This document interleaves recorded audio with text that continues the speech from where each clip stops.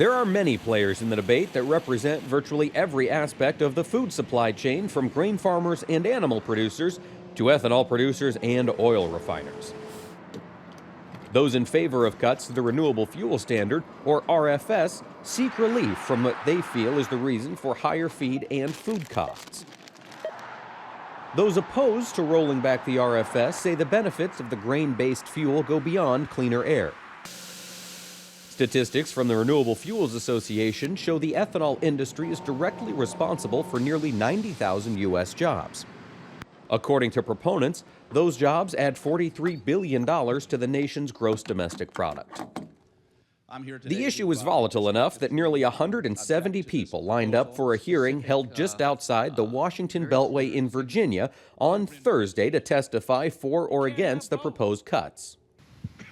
The RFS was designed to drive investment in new technologies, to drive innovation, to drive new market opportunities. It was not designed to be convenient for the oil companies.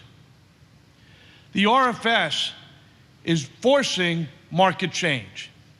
It's telling the oil companies business as usual can't happen.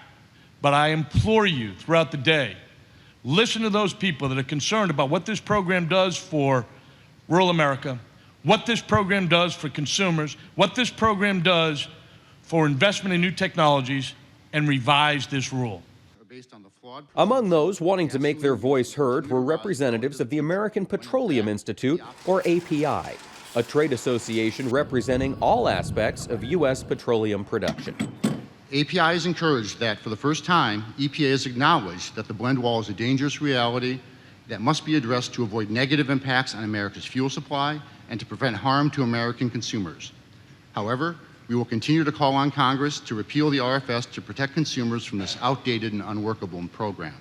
API leaders are concerned the mandate could cause severe fuel rationing, drive up the cost of gasoline by 30% by 2015, and lead to a $770 billion decrease in U.S. GDP, as well as a $580 billion decrease in take-home pay for American workers. EPA's continued targeting this has real adverse effects on our industry.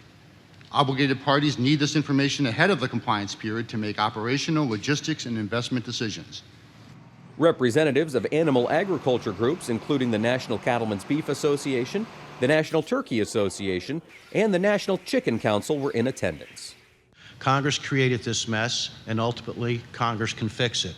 As corn comprises nearly 70% of the feed given to chickens, our single largest input cost, rising prices directly affect farmers' bottom line. Since 2007, more than a dozen poultry companies have filed for bankruptcy, been sold, or simply closed their doors altogether, due in large part to the high feed costs brought on by the RFS.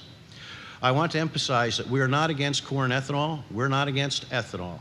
What we are against is the hand of government directing into this market and giving it false signals.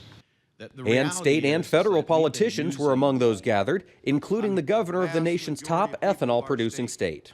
I'm here to share my strong opposition to this harmful proposal from the EPA and to emphasize the tremendous economic importance of the Renewable Fuel Standard on our nation's agriculture, agribusiness, and biofuels industry. It's estimated that this EPA proposal will cost 45,000 jobs in this nation.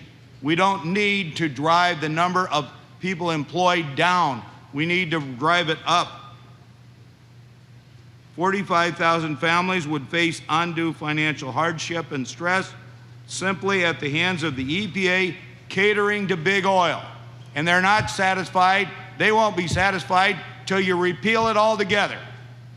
EPA's 60-day comment period on the issue closes on January 28.